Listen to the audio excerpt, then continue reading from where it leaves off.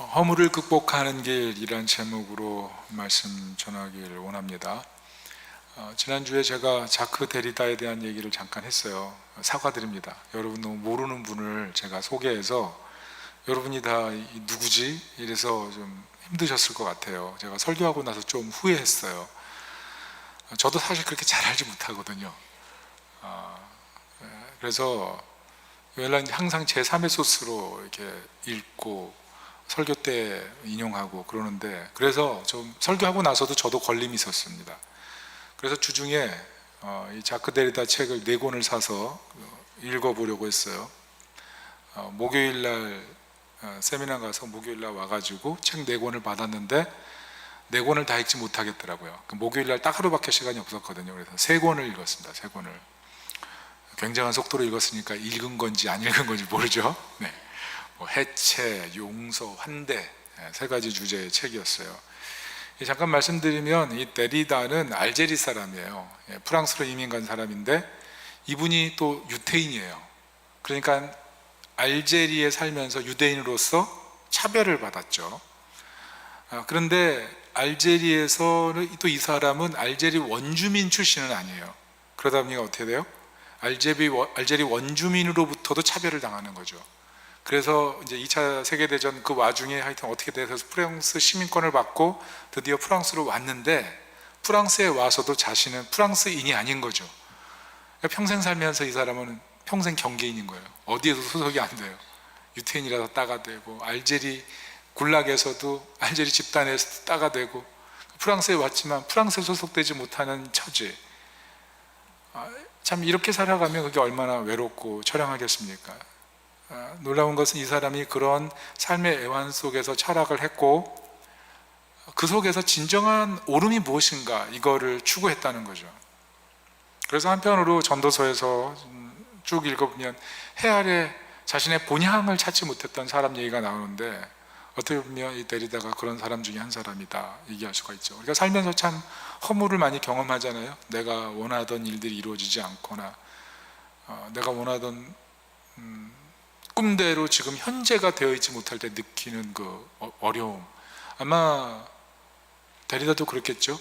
어릴 때 태어나서 아마 행복을 꿈꾸고 좀 더 안락한 삶을 꿈꿨지만 자라가면서 관계에 실망하고 사람들로부터 소외되고 그 속에서 충분히 삐뚤어질 수 있었을 거예요. 그런데 그 사람의 책을 쭉 읽다 보면 참 이분의 그 철학 그 내용을 쭉 읽어보면 비평이나 삐뚤어짐이나 이런 것보다는 옳음을 추구하고 도리어 경계선 바깥에 서 있던 사람들을 어떻게 하면 무한히 마음을 열어서 환대할 것인가, 이런 얘기를 많이 얘기했더라고요.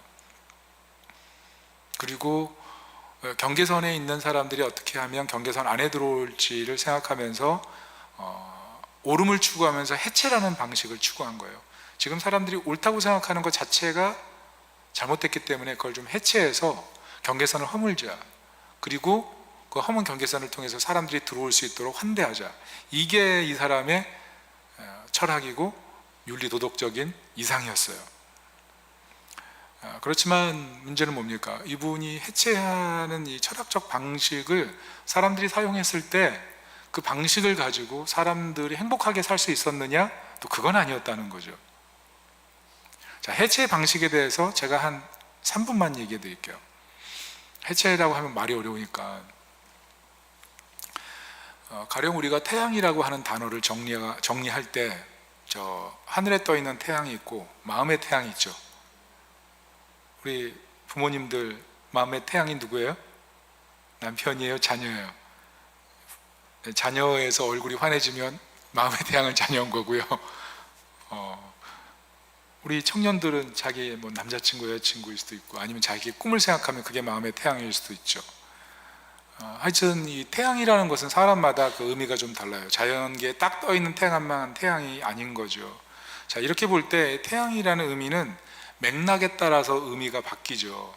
그러니까 태양이라고 할 때 그 태양이라고 하면 사람들이 뭐라고 얘기하는지를 좀 지연해서 생각해 봐야 돼요. 저 사람이 태양이라고 했는데 그 태양이 뭐지? 그렇죠? 맞죠? 맥락에 따라서 의미가 바뀌니까. 그래서 어떤 단어를 정의할 때 그 의미는 시간과 공간에 따라서 고정되지 못해요. 가령 예를 들어서 우리 여기 집사님들 많으신데 예쁘다라고 말을 해봅시다. 예쁘다라고 말할 때 그 예쁘다를 곧바로 딱 들으면 예쁜 거죠. 그렇지만 그 예쁘다는 말은 그 뒤에 있는 말이 오면서 앞에 있는 예쁘다가 정의가 되겠죠. 예쁜데 아름다워. 그러면 그 예쁨은 아름다운 예쁨이잖아요. 그죠? 자, 이 아름다움이라는 문장이 나올 때까지는 시간이 지연되죠. 그래서 예쁘다라는 것을 정의할 때 예쁘다라고 정의하는 것이 아니라 아름답다라는 단어를 통해서 예쁘다가 정의되는 거죠. 그렇잖아요. 그런데 가령 예뻐요? 예뻐요? 그런데 예쁜데 성격이 나빠요. 그러면 그 예쁨은 약간 문제가 있는 예쁨이 되는 거잖아요. 그러니까 우리가 생각하는 어떤 단어라든지 의미는 어떤 시간의 지연을 통해서 새롭게 의미 해석이 될 수가 있다는 거죠. 그래서 어떤 의미를 우리가 고정해서 바라보는 것 자체가 약간 문제가 있다. 이것을 좀 해체하자. 이게 이 사람의 생각이에요.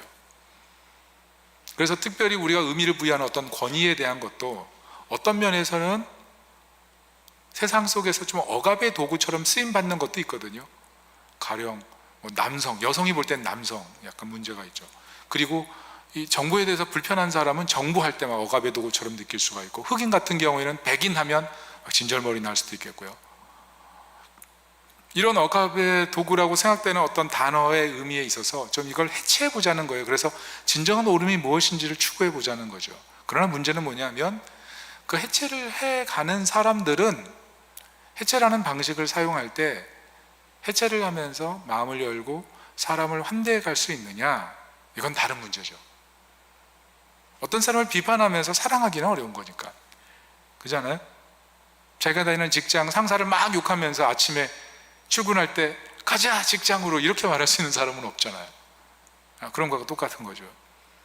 그러니까 우리가 어떤 의미를 해석할 때 사실은 그 의미에 대한 해석의 방식이 무엇이냐에 따라서 우리 삶의 행복과 기쁨은 많이 달라질 수가 있어요. 자, 문제는 데리다가 얘기했던 이 해체의 방식이 우리 사회 속에 많이 들어왔고, 우리 사회 속에 많은 사람들이 해체의 방식을 사용하면서 사회가 굉장히 어려워지고 있는 건 사실이에요.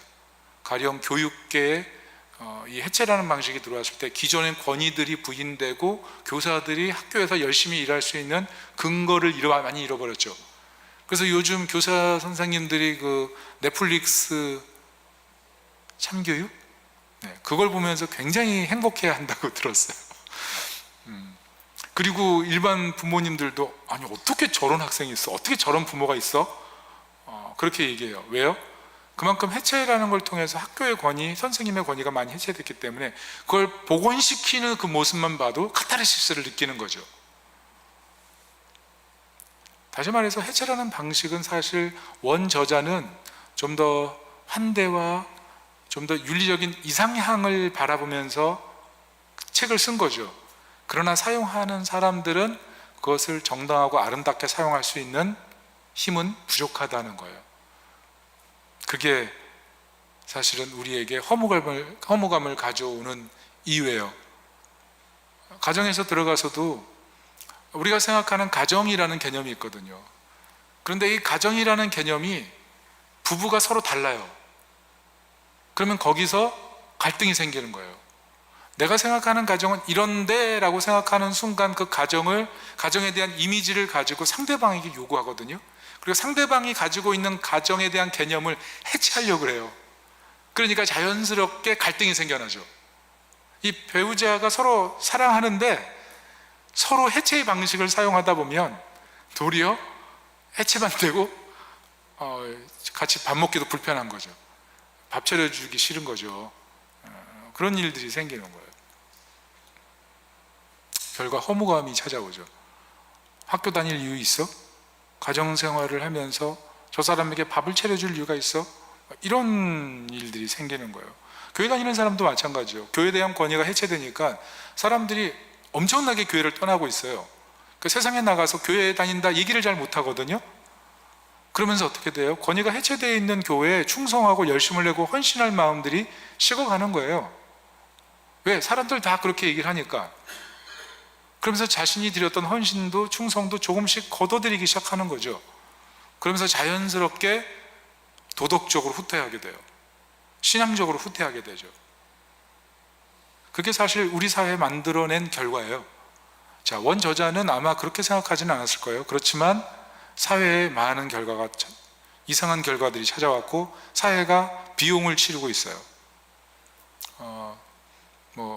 성에 대한 문제도 그렇죠. 성에 대한 문제도 많이 해체해서 지금 이 데리다 같은 경우에는 동성애 하는 분들에게 있어서는 아주 하나의 어떤 뭐라 그랬죠?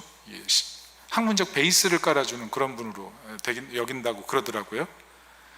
자, 그분은 그렇게 얘기를 했어요. 내가 이 책을 써서 사람들이 허무적이 되거나 사회적 윤리가 퇴보하는 것을 원하지 않았다, 이렇게 얘기를 했거든요. 그런데 결과는 그렇게 됐어요. 역사적 책임에서는 이분이 좀 져야 될 책임이 있겠죠. 자, 오늘 전도서를 한번 연결시켜 봅시다. 오늘 전도서 2장을 읽는데 전도서에서 얘기하는 게 뭐죠? 솔로몬이 탁월한 지혜자예요. 그래서 세상을 많이 바꿨어요. 솔로몬이 왕이 된 뒤에 엄청난 대단히 도시가 개발이 됐고요. 그리고 나라가 엄청 부강해졌어요. 사람들이 이 솔로몬은 정말 하나님이 주신 왕이라고 믿었어요. 그런데 솔로몬이 허무하대요. 왜 허무한지 아세요? 자신이 이렇게 나라를 영광스럽게 만들었지만 내 후대 왕이 이 나라를 다 망가뜨릴 수 있다, 이것을 알고 있는 거죠. 나는 이렇게 지혜롭게 뭔가를 건설하고 뭔가를 만들었지만 내 후대자가 지혜자인지 우매자인지 몰라서, 만약 우매자이면 내가 세워놓은 것 다 허물어 버릴 텐데 내가 한 수고가 무슨 의미가 있지? 이 얘기를 하는 겁니다.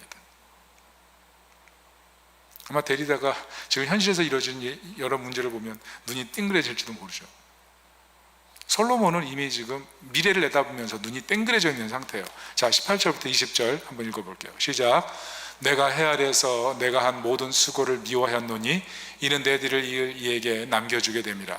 그 사람이 지혜자일지 우매자일지야 누가 알려마는 내가 해 아래에서 내 지혜를 다하여 수고한 모든 결과를 그가 다 관리하리니 이것도 헛되도다. 이러므로 내가 해 아래에서 한 모든 수고에 대하여 내가 내 마음에 실망하였도다. 왜 이렇게 말할까요? 아무리 지혜가 있어도 미래를 통제할 수는 없어요. 아무리 지혜가 있어도 어떤 한 문제를 의롭게 결과를 뽑아낼 수 있는 능력은 자신에게 없다는 거죠. 자신이 왕으로서 어떤 판결과 결정을 내릴 수 있지만 그 결과가 진짜 의가 될 수 있는지에서는 장담할 수 없다. 이게 솔로몬 얘기예요. 무슨 말이에요? 사람이 하는 일에는 반드시 한계가 있다. 이 얘기를 오늘 전도서에서 하고 있는 겁니다. 그래서 오늘 솔로몬의 지혜가 뭐냐면 이런 한계를 깨달으면서 자신의 무능을 캐치하고 이 무능감을 하나님 앞에 고백하는 거예요. 자, 오늘 11절인데요. 같이 한번 읽어볼게요. 11절 시작. 그 후에 내가 생각해 본즉 내 손으로 한 모든 일과 내가 수고한 모든 것이 다 합되어 바람을 잡는 것이며 해 아래에서 무익한 것이로다. 저는 이게 상당히 지혜로운 일이라고 생각합니다. 솔로몬 여러분 알다시피 첩이 300명이었죠. 배우자는 700명 그 정도 됐던 것 같아요. 이게 상당히 이거 됩니까 이게? 쾌락의 끝을 갔단 말이죠. 그리고 엄청난 토목공사를 했고 부하 권력이 헤아릴 수가 없고 그의 지적인 탁월성은 주변에 있는 모든 나라의 사람들이 와서 그 사람의 지혜를 듣고 싶을 만큼 탁월했죠. 그 탁월함이 아주 철끝 같았어요. 그래가지고 어떤 사람 앞에서 무딘 모습을 보여주지 못하는 아주 예리함, 그게 솔로몬 아니었습니까? 그런데 고백하는 게 허무하다는 거죠. 허무하다. 특별히 오늘 본문에서 우리가 읽은 것처럼 지혜를 가져도 내가 지혜로 세운 모든 것들을 우매자가 관리하기 시작하는 순간에 다 망가진다는 거죠. 여러분, 우리 부모님들이 힘든 게 뭐예요? 자녀에 대한 기대감을 가지고 열심히 키웠어요. 근데 자녀가 내 기대대로 되지 않는 거죠. 부모는 이미 은퇴 자리에 올라왔어요. 그래서 연금 다 붓고 이제 미래 살 걸 준비하는데 자녀는 아무 준비를 못해서 내가 준비한 모든 연금을 다 털어가지고 지금 자녀에게 줘야 될 판이에요. 그래서 노후에 내가 어떻게 살아야 될지에 대한 그림이 안 나오는 상태. 만약 이런 상태면 쉽지 않을걸요? 굉장히 내가 인생을 어떻게 산 거지? 자녀를 어떻게 키운 거지? 아마 이런 것 때문에 아마 앞이 깜깜해질 거예요. 왜 그래요? 사람은요, 본질적으로 잘 되고 싶은 욕구가 있거든요. 이번에 우리가 체코랑 월드컵 대회 때 몇 대 몇으로 이겼어요? 관심이 없으시죠? 네, 2대1로 이겼어요. 그 축구 게임 본분 중에 어떤 분은 치킨이랑 콜라 시켜 먹었을 거예요. 너무 기뻐서. 아닌가요?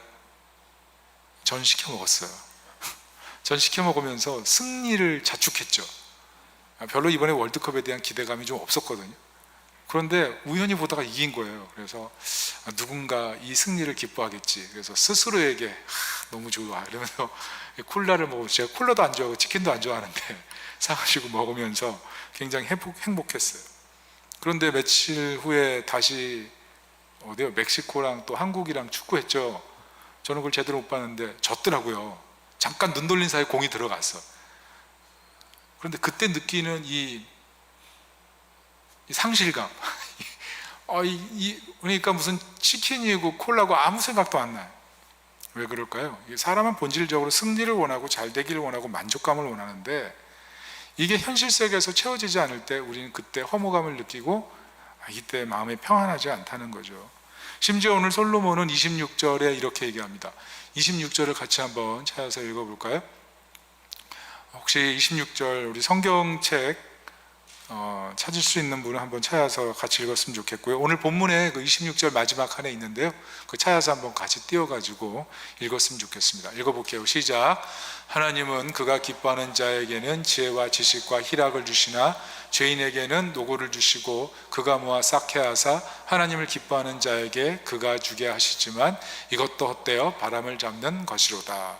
사실 이 본문 읽으면서 이게 무슨 뜻이지? 이렇게 생각했던 분들 많을 거예요.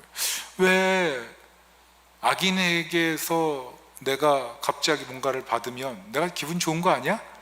이거 덤이잖아. 이거 너무 좋을 건데 왜 솔로몬은 바람을 잡는 이 허무한 일이라고 그랬을까? 이런 생각했을 거예요. 자, 왜 그럴까요? 분명히 꽁돈이 생기면 좋은데. 그 이유는 뭐냐 하면, 가령 서부 영화를 보면 악인이 힘을 가지고 의인을 죽이면 기분이 나빠요. 그런 영화로 끝나는 거 별로 좋아하지 않을 거예요. 그런데 악인이 죽으면서 돈을 남겼는데 그 돈이 정말 착한 사람의 수중에 다 들어갔어요. 그럼 우리가 영화를 끝나면서 어떻게 돼요? 이야, 오케이, 이 정도는 돼야지. 자, 그런데 생각해 보세요. 그 돈을 받은 사람이 그 돈을 쓰면서 행복할까요? 그건 다른 문제예요. 왜냐하면 적어도 자신의 마음속에 양심이 있는 사람은 이 돈이 불로소득일 뿐만 아니라 누군가의 피땀이 내게 그냥 엉겹결에 들어온 돈이기 때문에 이 돈을 사용하면서도 평생 죄책감을 가질 수 있는 거죠. 여러분, 우리가 복권을 긁는 것과 악한 사람이 남긴 유산을 그냥 내가 딱 먹는 것과는 다른 거예요. 솔로몬은 그 얘기를 하고 있는 거예요. 왠지 모를 찝찝함. 그것을 보면서 이게 굉장히 인생이 허무하다. 솔로몬이 이렇게 얘기를 한 거예요. 그래서 솔로몬이 허무하다라고 할 때 히브리어로 헤벨 이렇게 얘기한 겁니다. 헤벨. 헤벨의 뜻이 뭐예요? 총합이 제로. 열심히 수고했는데 결국 돌아오는 것이 만족이 없다. 이게 솔로몬의 오늘 고백이라는 것입니다. 그래서 오늘 전도서에서 얘기하는 게 뭐냐면, 이 허무감을 끝내고 좀 돌파해서 만족감을 가지고 살아가자는 거죠. 만족감을. 지금 상황에서 좀 더 만족감을 가지고 살아갈 수 있는 방식, 그게 오늘 전도서에서 우리가 발견해야 될 굉장히 중요한 키워드라는 것입니다. 자, 그게 핵심이 24절인데요 24절을 같이 한번 읽어보도록 하겠습니다. 시작. 사람이 먹고 마시며 수고하는 것보다 그의 마음을 더 기쁘게 하는 것은 없나니 내가 이것도 본즉 하나님의 손에서 나오는 것이로다. 자, 이 전도서에서 얘기하는 건 뭐예요? 정말 사람의 마음을 기쁘게 하는 게 뭐냐? 우리는 여기서 먹고 마시고 누리는 것에 초점을 두는데, 이 본문에서 정말 얘기하는 건 뭐냐면, 먹고 마시고 누리면서 행복한 삶이 누구에게서 나오느냐를 얘기하는 거예요. 자, 누구에게서 나오는 거예요? 하나님의 손. 이게 사실 이 전도서 2장 24절 이 본문의 허무감을 끊는 키워드로 오늘 우리에게 주어진 거죠. 결국 인간의 손, 인간의 능력으로 나오는 것으로는 허무감이 오지만 하나님의 손으로부터 오는 것이 진정한 만족이 되는 거예요. 가령 하나님의 손으로부터 나오는 지혜를 얻었다고 생각해 보세요. 내가 열심히 지혜롭게 했어요. 그런데 그 지혜는 한계가 있잖아요. 근데 하나님이 주시는 영감으로 문제가 해결될 때 이것만큼 큰 은혜가 없죠. 그렇지 않아요? 누군가를 사랑하려고 했는데 사랑할 힘이 나한테 없는 걸 알았어요. 그래서 하나님께 기도하기 시작하죠. 하나님, 사랑할 힘이 없어요. 사랑할 수 있게 해주세요. 근데 갑자기 하나님의 손으로부터 사랑할 마음이 생겨서 상대방에게 한없는 사랑을 부을 때 그 사람이 놀라죠. 어떻게 당신 그렇게 나를 미워하더니 어느 순간 갑자기 이렇게 나를 사랑해줘? 하나님으로부터 온 거죠. 여러분, 우리 손으로 수고해서 얻는 사랑과 하나님의 손으로 나오는 그 사랑은요, 그 품질 자체가 다른 거예요. 가령 광야 40년 동안 모세가 엄청나게 고생하지 않습니까? 광야에서 40년 동안 자신의 인생의 커리어가 다 끝났어요. 그만큼 불행한 게 어디 있어요? 그런데 그 광야 40년 끝에서 하나님의 손이 찾아오셔서 부르시고 200만이나 되는 이스라엘 백성들을 인도하기 시작하잖아요. 하나님의 손으로부터 나오는 능력, 하나님의 손으로부터 나오는 리더십이죠. 엘리야는 어때요? 엘리야는 낙심했어요. 이세벨이 자기를 죽이려고 하니까 도저히 못 살겠다. 도망가서 거기서 침체해가지고 죽기를 구하고 있었지만 하나님의 손이 찾아오잖아요. 하나님의 천사가 찾아오잖아요. 먹이고 힘을 주셔서 호렙산에서 부르시고 호렙산에서 하나님 만나잖아요. 그 후로 어떻게 돼요? 다시 강력한 선지자로 서잖아요. 하나님으로부터 오는 것이 내가 노력하고 수고해서 얻은 것보다 더 월등하게 뛰어나다는 사실, 그 부분을 오늘 전도서가 강조하는 거예요. 그 부분을 인정하고 그 부분을 신뢰하고 그 하나님의 손으로부터 오는 능력을 구하기 위해서 기도하고 하나님을 바라보자. 이게 오늘 솔로몬이 우리에게 얘기해 주는 거예요. 그래서 다시 한번 읽어봤으면 좋겠어요. 24절 읽어보겠습니다. 시작. 사람이 먹고 마시며 수고하는 것보다 그의 마음을 더 기쁘게 하는 것은 없나니 내가 이것도 본즉 하나님의 손에서 나오는 것이로다. 우리가 여기에 좀 마음을 열 필요가 있어요. 하나님의 손으로부터 나오는 것으로 살려고 하는 그런 마음. 우리가 좀 진실해야 돼요. 진실해야 돼요. 내가 내 손에 정말 한계가 있다는 사실을 좀 빨리 깨닫고 내 손으로 아무리 수고해도 진정한 행복과 만족을 찾을 수 없다는 사실을 하나님 앞에 좀 겸허하게 좀 내려놓을 필요가 있어요. 내가 아무리 계획 세워도 그 계획을 완성시키는 분은 하나님이고, 내가 아무리 여러 꿈과 계획이 있어도 그것을 성취하시는 분이 하나님이시고, 내가 무엇인가 정복하려고 해도 그 정복할 수 있는 능력을 주시는 분도 하나님이라는 사실, 하나님의 손으로부터 나오는 능력, 그것을 우리가 의지해야 된다는 겁니다. 그래서 그 부분을 놓고 좀 기도하고 하나님의 손을 바라며 사는 삶, 거기서 우리의 행복과 만족이 있다는 거죠. 그래서 우리가 조심해야 될 게 뭐냐면, 하나님을 바라고 하나님의 손을 의지하는 마음을 급속하게 뺏어가는 것들, 그걸 좀 조심할 필요가 있어요. 대표적인 게 무엇입니까? 제가 보니까 이 핸드폰인 것 같아요. 게임인 것 같고. 여러분 어때요? 너무 마음이 공고해요. 정말 기도해야 할 때예요. 그래서 유튜브를 켜서 설교를 듣는데 옆에 여러 영상들이 너무 좋은 게 나와요. 말씀을 듣고 싶은데 옆에 있는 여러 짤과 영상들이 막 너무 유혹하는 거예요. 그래서 그거를 급속히 누르는 순간에 말씀은 사라지고 이제 또 다른 세계로 빠져들죠. 그러니까 우리가 참 이 허무감을 채울 수 있는 방식을 하나님 알려주셨지만, 사실은 급속도로 채울 수 있는 방식에 우리는 너무 잘 매료가 된다는 거죠. 특별히 AI 같은 경우에 요즘 어떻습니까? 제가 요즘 설교를 만들 때 AI를 좀 사용하거든요. 그런데 시간이 많이 단축돼요.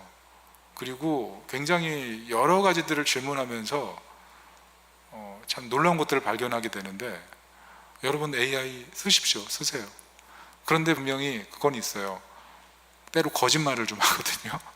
그래서 그걸 잘 찾아내는 게 능력이에요. 그거 다 믿고 가다가는 큰일 날 수 있어요. 저도 이렇게 몇 번 실수를 하는 겁니다.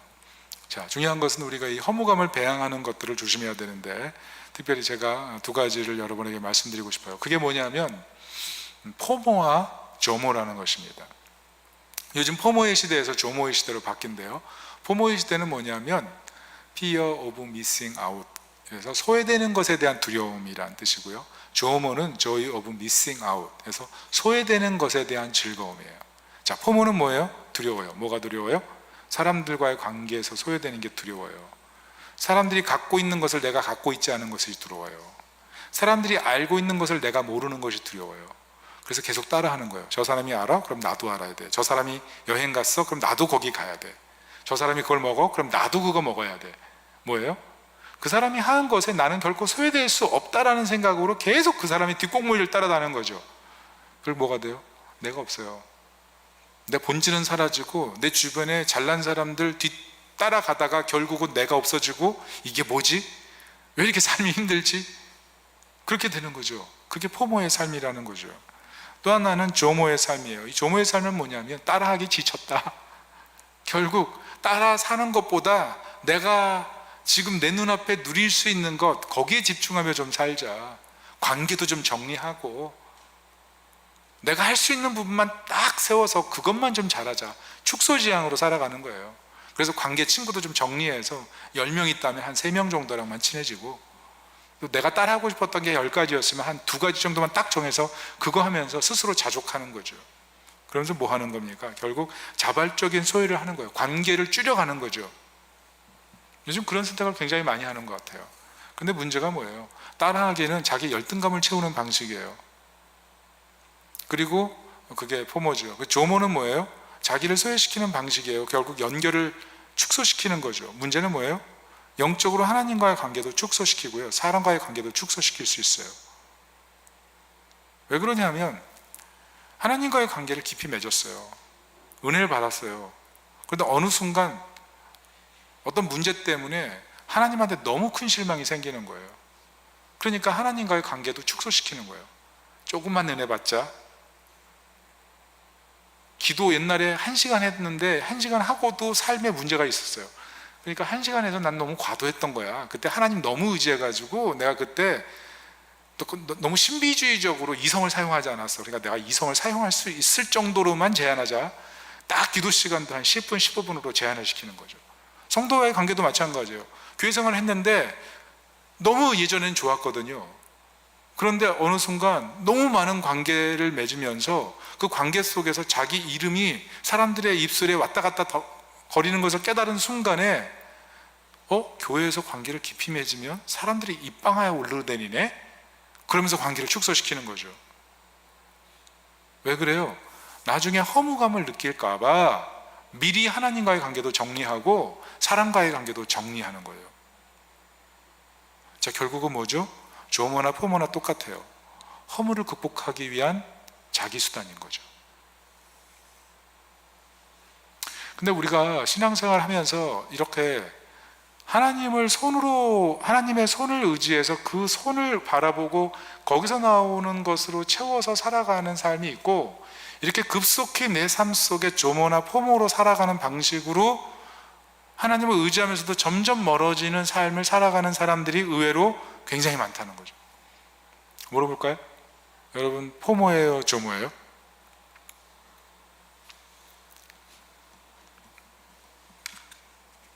오늘 본문에서 우리에게 얘기하는 거예요.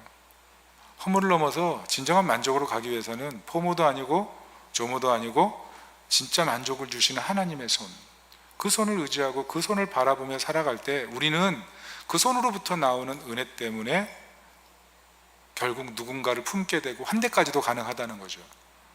가정을 행복하게 하는 방법을 우리는 대부분 포모나 조모로 따라가요. 뭐가 집에 있으면 될 거야. 우리 가정이 행복해지려면 좀 관계를 축소하고 우리끼리 잘하면 될 거야. 그게 대부분 우리가 사회를 살아가는 만족을 누리는 방식이거든요. 그런데 사실 가정이 행복해지는 건 하나님의 손이 가정에 임해서 그 하나님의 손으로부터 흘러나오는 사랑, 하나님의 손으로 흘러나오는 분별력, 하나님의 손으로 흘러나오는 인도하심, 그것을 경험할 때 진짜 은혜롭게 살아갈 수가 있어요. 여러분, 이것을 신뢰해야 돼요. 이것을 신뢰하고 이것을 믿어드려야 돼요. 우연히 어떤 글을 봤어요. 어떤 자매인데 홀어머니를 모시고 살았어요. 가난하게 살았어요. 근데 어쩌다 이제 소개를 받아가지고 형제랑 결혼하게 됐는데 형제가 참 마음이 너무 착한 거예요. 홀어머니 모시고 살았는데 어머니 몸도 안 좋으니까 모시고 살자. 대단한 결정이죠. 사위가 자신의 그 장모님을 모시고 사는 건 쉬운 결정이 아니죠. 왜냐하면 여자끼리 사는 건 문제가 안 되는데 남자가 불편한 거잖아요. 근데 모시고 사니까 너무 고맙죠. 그런데 이 집의 시어머니가 이 장모님 계신 이 집에 계속 찾아오는 거예요. 자, 쫓아내려고 그러는 거예요? 아니에요. 쫓아내려는 게 아니고 이 장모님이 몸이 불편하니까 놀러 와 주는 거예요. 그래서 와서 밥을 차려주고 또 심심할까 봐 같이 여행도 떠나고, 그래서 이 집이 사랑방이 된 거예요. 동네 사람들 모이는 사랑방, 시어머니와 어머니가 모여서 수다 떨고 같이 교제하고 밥 지어 먹고 놀러 다니는 사랑방이 된 거죠. 그러니까 결혼하고 나서 항상 호르몬이랑 살면서 외롭게 살았는데 가정이 굉장히 안락한 공간으로 바뀌는 거죠. 또 시동생이 있잖아요. 시동생이 있으면 사실 불편하죠. 근데 시동생이 어느 날 자기 이름을 불러달래요. 그러면서 자기가 누나가 없어서 누나로 부르고 싶다고 이러면서 용돈이 필요할 때는 형수님이라고 부른다고. 그런데 하여튼 그때부터는 이름 부르게 되고 뭐 누님이라고 부르게 되고 갑자기 동생이 생긴 거죠. 그래서 내가 결혼을 했는데 지금 상당히 내가 지금 신세계에 들어왔구나 이렇게 생각을 하고 만족하고 살아가고 있는데 어느 날 비가 오는 날 퇴근하는데 갑자기 옆에 딱 시아버지 차가 세워지더니 차를 타라 그러더래요. 그래서 너무 고마운 거죠. 비가 오는 날 데리러 온 거니까. 그래서 아버님 어떻게 저를 이렇게 데리러 오셨어요? 그러니까 하시는 말씀이 우리 딸이 비 맞고 가면 안 되지 이 얘기를 하는 거죠. 자, 이게 별로 감동이 안 되는 분도 있지만 정말 그 시아버지로부터 딸처럼 이렇게 대우를 받고 정말 애지중지하는 것 같은 사랑을 받을 때 어땠을까요? 이 글을 보면서 이 글을 썼던 분이 정말 너무 사랑을 있게 받아서 주체할 수 없는 막 눈물이 터졌다 이런 글이었어요. 자, 왜 글을 기록했죠? 자신이 받은 사랑이 너무 커서 감당이 안 되는 거죠. 그래서 이거를 알려주고 싶은 거죠. 그런데 하나님 주시는 은혜가 그래요. 하나님 주신 은혜. 하나님이 주신 은혜가 정말 우리 삶에 밀려 들어올 때 우리가 말로 할 수 없는 그 사랑 속에 들어가요. 근데 무엇보다 결정적으로 이 하나님의 손을 가지신 분이 누구냐 하면 예수 그리스도시죠. 하나님의 손을 가지신 예수 그리스도께서 이 땅에 오셔서 우리와 결혼하시고 그 손으로 우리를 품고 가시죠. 뿐만 아니라 자신의 손으로 우리를 채우신다는 약속을 십자가에서 증명하시기 위해서 자신의 손을 뚫으셨잖아요. 이것을 이사야 49장 16절에는 이렇게 얘기해요. 내가 너를 내 손바닥에 새겼고. 무슨 말이에요? 주님의 손바닥에 영원히 잊어버리지 않도록 기록해 놓고 내가 너를 잊지 않고 나의 것으로 받아들여서 영원토록 동행하겠다. 결국 어때요? 이 성경에서 얘기하는 우리에게 임하시는 이 그리스도의 손, 이 하나님의 손으로부터 나오는 행복을 우리가 정말 바라보고 살아가는 믿음을 가지고 살아가는 사람들은 다른 삶을 살아가게 된다는 거죠. 저는 이것에 대한 분명한 믿음을 가졌으면 좋겠어요. 제가 이제 이번 주에 예수원에 가는데 예수원이 있는 자리가 어디냐 하면 삼수령이라는 자리예요. 자, 이 삼수령이라는 자리가 어디냐 하면 우리나라에서요, 이 남쪽으로 흐르는 강, 그리고 서쪽으로 흐르는 강, 동쪽으로 흐르는 강, 이 세 강의 발원지가 삼수령에 있어요. 그런데 그 삼수령에 가보잖아요. 삼수령에 가보면 그 물이 처음에 물줄기가 막 이런 물줄기가 아니에요. 이런 물줄기가 아니고 아주 작은 개울 같은 물줄기거든요. 근데 그 개울 같은 물줄기가 흘러서 우리나라 남해 바다까지 흘러가고 서해 바다까지 흘러가고 동해 바다까지 흘러가요. 그게 삼수령이에요. 아주 작은 시내인데 우리나라 전체를 적시고 우리나라 모든 사람들이 먹죠. 오늘 이 하나님의 손이 그런 거예요. 우리가 문자적으로 봤을 때는 이 문자에 나와 있는 이 하나님의 손이 우리 산의 별게 아닌 것 같은데 이것을 믿고 신뢰하고 이 하나님의 손을 의탁해서 바라보고 그분으로 먹고 살려고 하는 그런 믿음을 가지고 그분의 손을 바라보고 기도하는 사람은 자신의 인생 전체를 적시는 놀라운 은혜를 경험하게 된다는 것을 믿으시기 바랍니다. 여러분 생각해 보세요. 이게 사실 말이 되지 않는 거예요. 우리는 자기 통제권을 갖고 있는 사람을 보면요, 그 사람이랑 말 섞기가 힘듭니다. 왜냐하면 그 통제권을 갖고 있는 사람은 자기 세계 절대 초대하지 않거든요. 그리고 누군가를 따라하는 사람 보면 때려, 야, 저 사람은 따라쟁이야, 별로 이렇게 가까이 하고 싶어 하지 않아요. 그리고 무엇보다 여러분, 조모의 삶을 살아가는 사람들은요, 대부분 마음에 빗장이 있거든요. 관계를 차단하거든요. 하나님과의 관계도 딱 차단을 하거든요. 어느 정도까지만이에요. 그러니까 마음에 빗장이 있거든요. 여러분 생각해 보세요. 하나님께서 그런 사람에게까지 은혜를 주실 필요가 있나요? 세상의 시간을 다 통제하고 물질을 다 통제하고 마음의 빗장을 딱 지른 채 내 손의 힘으로 살아가는 것만 인생의 전부라고 생각하는 사람에게 하나님이 은혜의 손을 펼치실 이유가 있나요? 그런데 그렇지 않다는 거예요.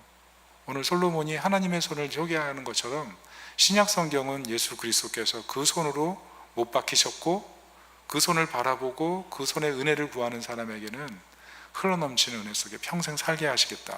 이게 하나님의 언약인 것입니다. 우리는 그 사랑을 받는 것을 약속받은 사람이에요. 약속받은 사람. 그래서 우리가 선택해야 될 것이 무엇입니까? 오늘 마지막 말씀인데요, 갈라디아서 2장 20절 같이 한번 읽어보겠습니다. 시작. 내가 그리스도와 함께 십자가에 못 박혔나니 그런즉 이제는 내가 사는 것이 아니오 오직 내 안에 그리스도께서 사시는 것이라. 이제 내가 육체 가운데 사는 것은 나를 사랑하사 나를 위하여 자기 자신을 버리신 하나님의 아들을 믿는 믿음 안에서 사는 것이라. 여러분, 주님의 손에서 흘러나오는 은혜가 있어요. 근데 그 흘러나오는 은혜를 누군가에게 정말 흘려주고 싶다면 우리가 하나 해야 될 일이 있어요. 해야 될 일이 뭐냐면 예수님 십자가에 못 박히신 그 자리에 자신의 옛사람을 같이 못 박는 거예요. 옛사람을 못 박아야 돼요. 그래서 내 안에 옛사람이 작동하는 것이 아니라 그리스도의 손으로부터 흘러나오는 한량없는 은혜가 내 가정과 내 삶과 내 일터와 내 자녀와 내 미래까지 흘러들어가게 할 수 있는 유일한 방식, 같이 십자가에 못 박히는 것. 그 일을 할 때 우리는 은혜 속에 살게 되고 뿐만 아니라 누군가에게 그 은혜를 흘려보내줄 수 있는 하나님의 사람이 되는 것입니다. 이 은혜를 누릴 수 있기를 예수님의 이름으로 축원합니다. 아멘. 우리 다 같이 한번 이 시간 기도하겠습니다. 여러분, 세상의 방식은 어때요? 포모, 주모 잠깐 얘기했어요. 그리고 아무리 뛰어난 사람도 자신이 만들어 놓은 결과를 누군가 잘못 사용해서 도리어 공공에 빠질 수가 있는 거죠. 세상에서 우리가 만족을 얻는다는 것은 굉장히 어려운 일입니다. 그리고 사실은 세상에서 만족을 얻으려고 내 손으로 노력하는 모든 수고의 바탕에는 그것을 우상시하는 내 믿음이 있는 거죠. 그것을 우리가 볼 수 있어야 돼요. 결국 내 손으로 하는 일이 내 인생의 전부가 되면 우리는 하나님을 섬기면서 내 우상을 견고하게 만드는 삶을 살아갈 수밖에 없어요.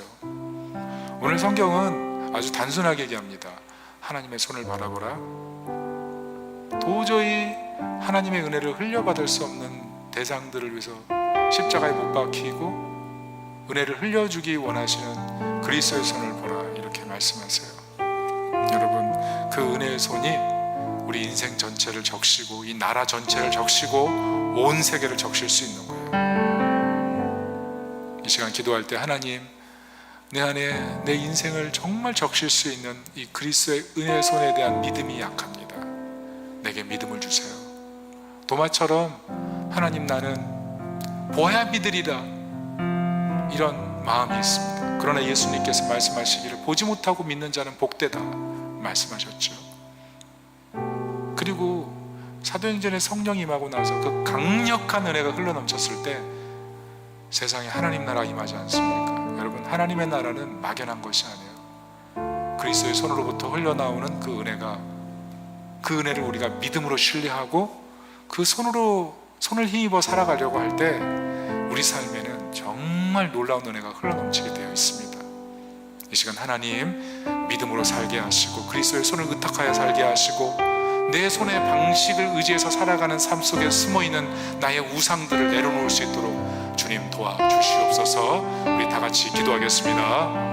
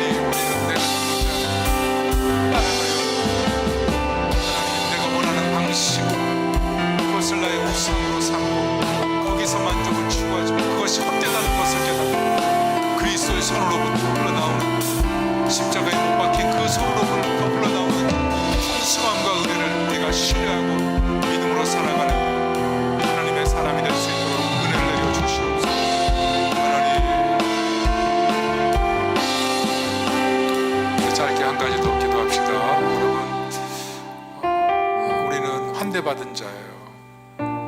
먼저 선택받았고 그리스도의 손이 우리와 함께 하세요. 그분이 우리를 주님의 배우자로 선택하셨고 그 못 박힌 손으로 우리와 동행하시죠. 우리는 이미 너무나 큰 축복을 받은 사람들이죠. 이 복음 안에 잘 거해야 돼요. 그럴 때 우리는 누군가를 환대할 수 있어요. 그리스도의 손, 흘러넘치는 은혜가 내 삶을 붙들고 이끌어간다는 그 사실을 온전히 신뢰하고 믿을 때 우리는 누군가를 환대하는 것이 쉬워지는 거죠. 우리가 무엇인가를 알고 그 사람의 장점, 단점 모든 것을 파악해야 그 사람과 가까워지는 것이 아니고, 사실은 내게 하나님의 은혜가 흘러 넘칠 때 그 사람을 사랑하고 이해하고 용납하고 축복하고 기쁨으로 살아갈 수가 있어요.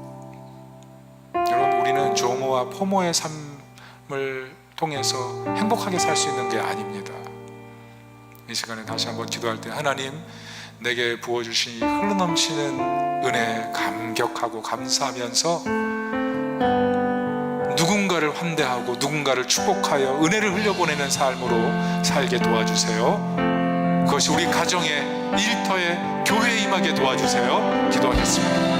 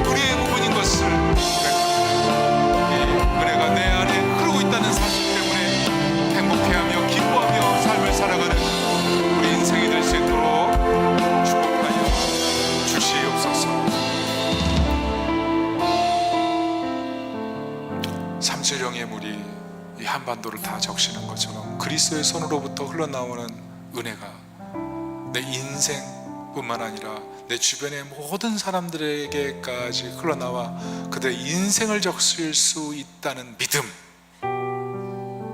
우리가 그 믿음으로 살아가게 하소서.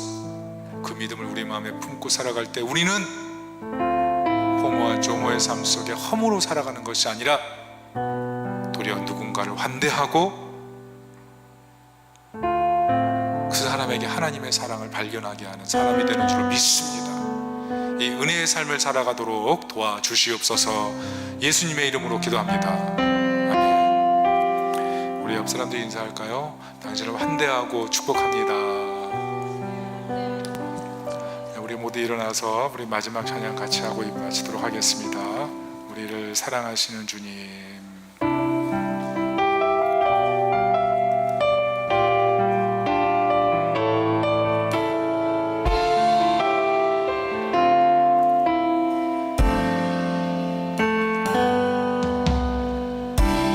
사랑하시는 주님, 우리 기뻐하시는 주님, 한없이 주시는 다양한 사랑을 누립니다. 우리 맞아주시는 주님, 우리 안아주시는 주님, 그 주님을 닮아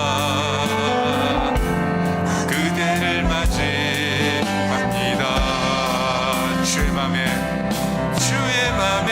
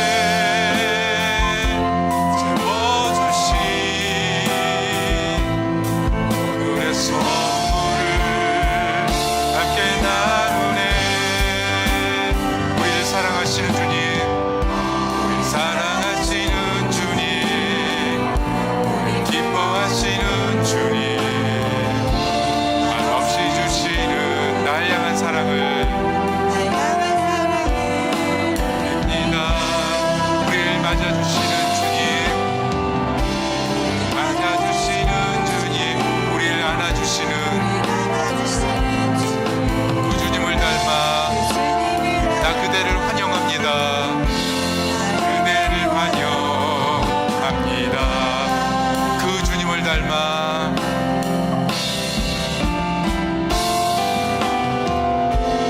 주님을 닮아 나 그대를 사랑합니다.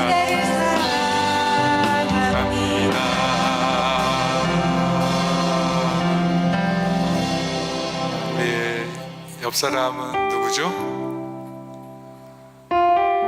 하나님이 가장 환대하는 사람. 나는 누구죠? 예수님으로부터 엄청난 환대를 받고 있는 사람. 우린 그런 사람들이에요. 그래서 우리는 사랑할 이유가 있죠. 미워하려다가도 사랑할 수밖에 없어요. 우리 옆에 사람이랑 친하세요? 친하면 손잡고 한번 서로를 축복하면서 이 시간 같이 한번 기도했으면 좋겠어요. 좀 불편하면 옷깃을 잡으세요. 어깨 옷깃을 잡고 기도해 주세요. 하나님, 이분에게 하나님의 한량없는 그 은혜와 사랑이 흘러 들어가게 하셔서 하나님으로부터는 사랑, 하나님으로부터는 지혜, 하나님으로부터는 기쁨, 하나님으로부터는 만족. 세상은 공허하고 수고해도 만족이 없을 때가 많고 지치고 피곤할 때도 많지만, 그러나 늘 자신을 돌아보면서 내게 보이지 않는 그 하나님의 손이 있고 그 손으로부터 흘러나오는 세상, 온 세상을 적시는 그 은혜의 손, 그게 있다는 사실로 인해서 늘 행복하게 살아가게 해주세요. 우리 서로를 축복하는 그런 기도를 잠깐 드리겠습니다. 기도합시다.